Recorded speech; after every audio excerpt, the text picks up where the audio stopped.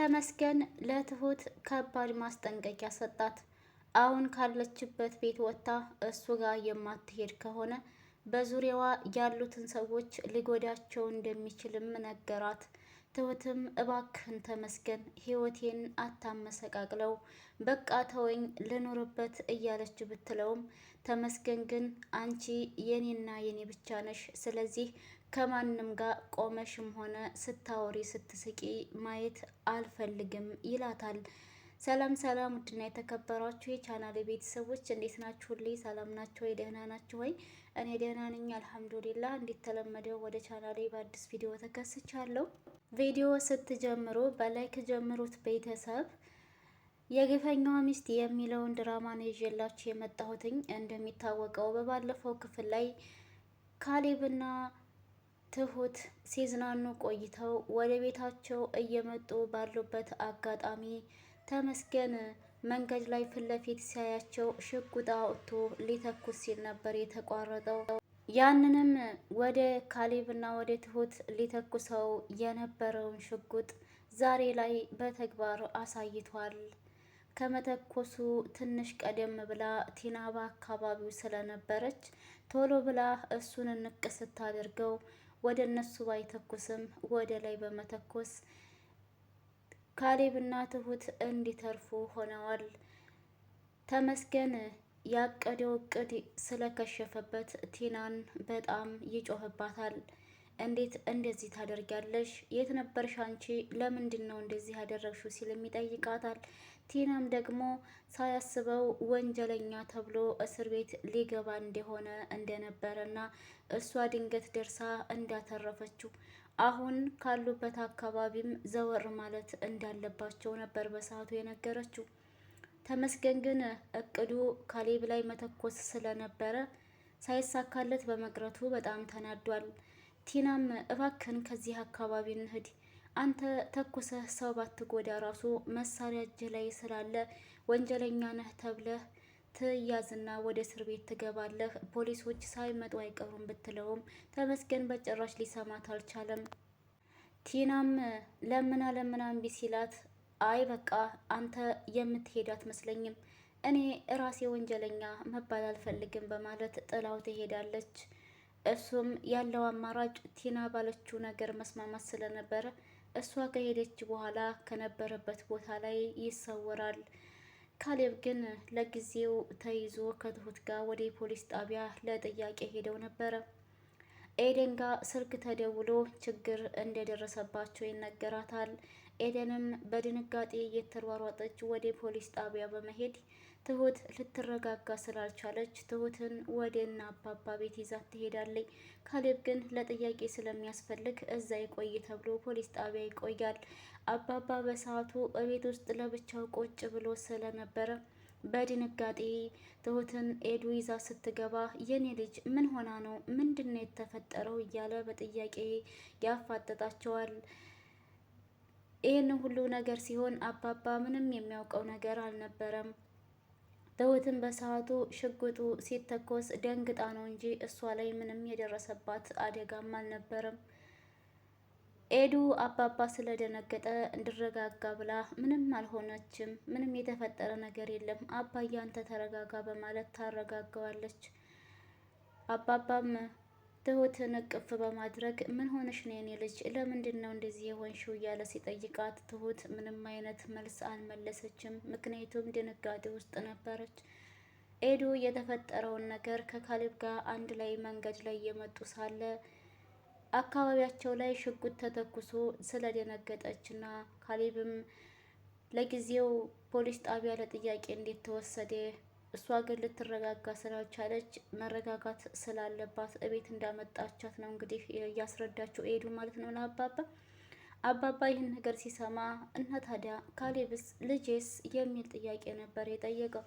ካሌብ ምንም እንዳልሆነ በአካባቢው ላይ ስለተገኘ ብቻ መጠየቅ እንዳለበት እና ለዛም ነገር ስላስፈለገ ነው ፖሊስ ጣቢያ ሄደው ብላም ታስረዳዋለች። ቲናም እንግዲህ አሁንም ቢሆን እና አባባን ማጥመዷን አልተወችም ማለት ነው። ይህንን ነገር ለዳንኤል ነግረዋለች። ዳንኤልም እባክሽን ቲና ከዚህ በላይ ይበቃሻል፣ ለምን አርፈሽ አትቀመጭም ሲላትም በጊዜው እሱ ቤት ስለሆነ ያለችው ቤት ማፈላለግ አለብሽ ብሎ ሲላት እኔ ምንም የማፈላልገው ቤት የለኝም፣ የራሴ የሆነ ቤት አለኝ፣ እሱን ደግሞ በቅርቡ የራሴ አደርገዋለሁ እያለች እየፎከረች ነው። ደግሞ አሁን ምን ልታደርጊ አስበሽ ነው ሲላትም ያሰበችውን ሀሳብ ለዳንኤል ትነግረዋለች። ዳንኤል በሰማው ነገር በጣም ተጨንቋል። ኤዱ ጋር አንድ ላይ ቁጭ ብለው ባሉበት አጋጣሚ ኤዱ ስትመለከተው ዳንኤል ልክ አልነበረም። የሆነ የሚያስጨንቅህ ነገር እንዳለ ይገባኛል፣ ፊትህ ላይም እያየሁኝ ነው፣ ምን ሆነህ ነው ብላ ስትጠይቀው ቲና አሁንም በድጋሚ እና አባባን ልትጎዳቸው እንዳሰበች ነበር ያስረዳት። ኤዱም ቲና ደግሞ አይደክማትም እንዴ? ቆይ እሷ መቼ ነው ሁል ጊዜ ትጀምራለች ወይ አትጨርሰውም? ባክን ተዋት፣ እሷ ምንም አታመጣም እያለኝ ብትለውም ዳንኤል ግን ያወራችው ወሬ በጣም አስፈሪ ስለነበረ አይ ኤዱ አይመስለኝም፣ ቲናን ታውቂያት የለ እንዴ? እሷ እኮ የሆነች ጨካኝ ነገር ናት።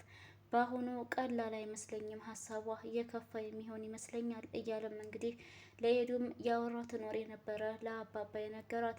አባባ በልጁ ወይም በካሌብ እንዲሁም በትሁት ጉዳይ ብቻ ካልሆነ ለሀብት ብላ ከሆነ ሌላ ምንም ነገር ልታደርግ ካልሞከረች እንደማይፈራና ምንም ነገር ልታመጣ እንደማትችል እንግዲህ ለካሌብ ለማን ነው ለዳንኤል ነግሮታል። ዳንኤል ግን የቲናን ወሬና እንትን ፉከራ ስለሰማ በጣም ጨንቆታል፣ በጣም ፈርቷል ማለት ነው። ቲና እንግዲህ ሁል ጊዜም ፉከራዋና ዛቻዋ እየታወቀ ነው። የእውነትም የምታደርገው ተግባር የምታሳይ ነው የምትመስለው። ግን ደግሞ ታቅድ ያለች፣ አዎ ትሞክራለች። መቼም ተሳክቶላት የማታውቅ ልጅ ናት ማለት ነው። እንደ ሞከራዋና እንደ ምኞቷ ወይም እንደ ፍላጎቷ ቢሆን እስከ ዛሬ ድረስ እና አባባ ጎዳና ላይ ወድቀው ነበር። እንግዲህ የእነሱን ቤት በላያቸው ላይ እሸጣለሁኝ እስከ ማለት ነበረ እንግዲህ የደረሰችውና ያው አሁንም ግን እስካሁን ተስፋ አልቆረጠችም። ከቤትም አስወጥተዋት ራሱ ተስፋ አላት ማለት ነው። ከነ አባባ ቤት ላይ ለኔ የሚደርሰኛል የሚለው ነገር ነው እንደዚህ እያንጨረጨራት ያለውና ከዛ በኋላም እንግዲህ ቲናም ያው ከተመስገን ጀርባ ወይም ጎን ለጎን ነው እየሄደች ያለችውና እሱ ወዳለበት ቤት ነበር የሄደችው። ለምንድን ነው እዛ የመጣሽው? ለምን እንደዚህ አደረግሽ ብሎ ሲጠይቃት አንተ ያመሃል እንዴ? ቆይ ምን ልታደርግ ነበር ያሰብከው? እኔ ባልደርስልህ ኖሮ እኮ ወንጀለኛ ተብለህ እስር ቤት ገብተህ ተማቀቅ ነበረ ስትለውም ለተመስገን ተመስገን አዎ ልገላቸው ነበር እያለም ሲላት አንተ ግን ምን አይነት ጨካኝና አረመኔ ሰው ነህ በማለት ትናገረዋለች። የቲና ንግግር ተመስገንን በጣም ስላበሳጨው በእጁ በያዘው ነገር ምን አባሽ ነው ያልሽው አንቺ ክፍታፊልና አናቷን ይላታል ማለት ነው። ቲናም እንግዲህ ልክ እንደዛ ሲመታት እዛው እግሩ ስር ውድቅ ትላለች።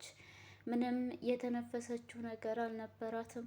በሰዓቱ እዛው እሱ የነበረበት ቤት ስለነበረ ትንሽ ገደፍ ብላ ራሷን እስከምታውቅ ድረስ እሱም ከጎኗ ቁጭ ብሎ ሲመለከታት ነበር ማለት ነው ተመስገን። ቲናም ራሷን ስታ ስለነበረ ከተወሰነ ደቂቃ በኋላ ስትነቃ እሱም አጠገቧ ቁጭ ብሏል። ልክ ከተኛችበት ቀና ስትል ከኔ ጋር አፍ መካፈቱ እንደማያዋጣሽ የገባሽ ይመስለኛል የሚል ንግግር ነበር የተናገራት። ቲና ግን ከዛ ቲናም ለተመስገን አንተ ጨካኝና ረመኔ ሰይጣን ነህ ትለዋለች። እኔ ሰይጣን ከተባልኩኝ አንቺ ታዲያ ምን ልትባይ ነው? አንቺ ደግሞ ስምሽን ስትጠሪው በጣም ነው የሚገርመው ይላታል። ተመስገንም ከዚህ በኋላ እሱን ለመጋፈጥ ብትሞክር ወይንም በሚሰራው ስራ ላይ ጣልቃ ለመግባት ብትሞክር ሊገላት እንደሚችል ከባድ ማስጠንቀቂያ ይሰጣታል። ቲና የዚህ ጊዜ ያላት አማራጭ እሰው ቤት ስለነበረች ሹክክ ብላ ከተቀመጠችበት ተነስታ በሩን ከፍታ ትወጣለች። ግን እንደወጣች በዛው አትቀርም። መልስ አሁንም ተመስገን ጋር ትመጣለች።